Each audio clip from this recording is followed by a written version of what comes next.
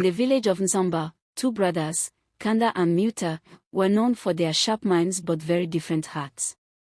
Kanda was calm and listened before he spoke. Muta, bold and stubborn, believed only in what pleased him. One evening, the village elder, Mama Nael, gathered the youths. She told them about the drum of two parts, hidden deep in the forbidden forest. The drum was said to reveal the future choices of whoever struck it, wisdom for the humble, disaster for the proud. As the moon rose, she warned. To learn, you must first listen. But the fool shuts his ears and opens his mouth. The forest swallows those who mock wisdom. Kanda took the message to heart. Muta only smirked. A week later, a rumor spread that the chief would reward whoever found the ancient drum with goats, land, and honor. Muta's eyes lit up at the thought of glory. Without asking counsel, he declared to himself, I will bring the drum before sunrise. Kanda tried to stop him. Let us ask and pray for what to do. Wisdom walks before footsteps, he pleaded. Muta scoffed with pride and said, advice is for the weak. I know my own path. I will make my way through the thick forest and return with the prize. I don't need any wisdom, for I am not afraid. Muta turned away into his hut and began preparation for the journey into the thick forest.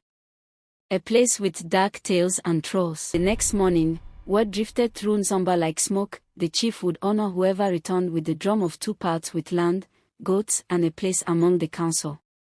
The promise was enough to make the reckless brave and the wise uneasy. Muta's pride snapped like a spear lifted high. I will return with the drum before the next moonrise, he announced loudly in the village square. Some cheered. Others shook their heads. Mama Nael only stared at him with tired eyes. Kanda pulled him aside.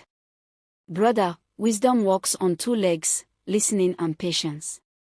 We must ask guidance before stepping into shadows. Muta grabbed his walking stick and scoffed. Guidance slows the feet. I move with courage. You can hide behind advice if you want. By dusk, Muta wrapped dried meat, a gourd of water, and a small knife, then disappeared past the boundary stones that marked the edge of the forbidden forest. He didn't look back. But Kanda couldn't rest. The words from the pages of wisdom haunted him, saying, the ear that rejects counsel leads the body into traps it cannot see. When night fell, he followed quietly, keeping a safe distance so Muta would not drive him away. The forest swallowed light whole.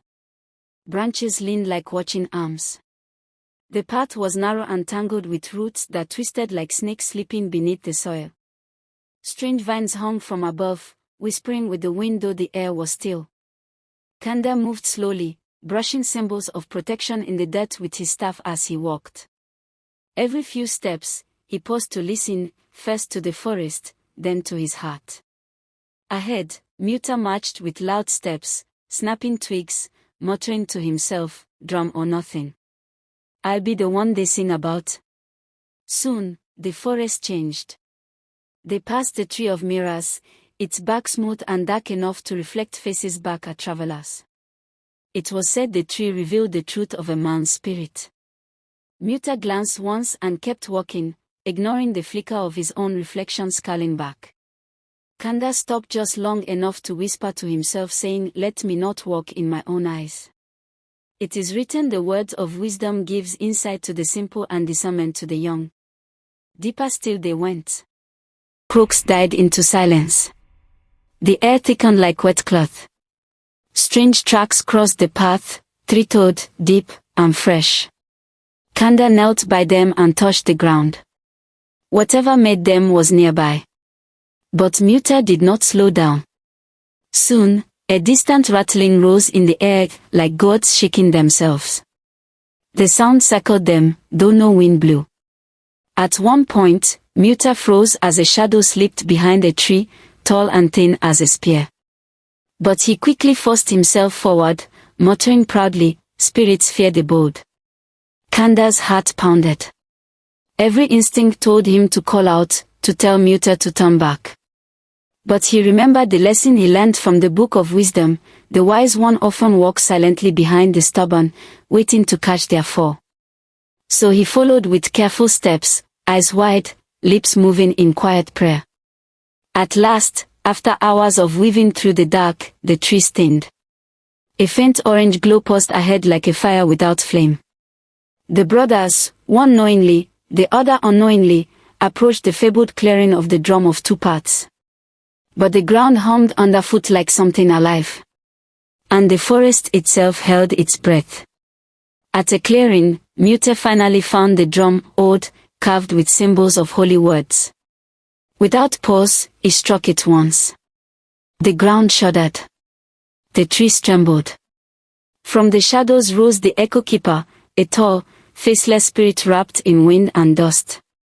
It thundered, "He who seeks without wisdom strikes his own downfall."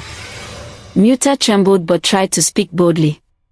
Before he could move, the forest floor opened beneath him. He clung to a root, screaming for help. Kanda rushed out of hiding. Instead of grabbing the drum, he bowed his head and said, "Angel of the Holy God, the Almighty One, I listened to counsel and followed not pride. Please show mercy." The echo keeper turned toward him and said, "Yes, the fear of the Lord is the beginning of wisdom. You have not despised knowledge, understanding, and wise counsel. For your sacrifice of humility and intercession your brother will not be destroyed." The ground closed, lifting Pt to safety, but his voice was gone. From that day, he could only whisper, a reminder of loud arrogance turned into silence. Kanda carried no drum back to the village, he came back with a lesson. Wisdom is a greater prize than any treasure, he taught the people. And the villagers learned that those who listen to instructions from the right source grow stronger. Those who ignore wisdom dig their own pit.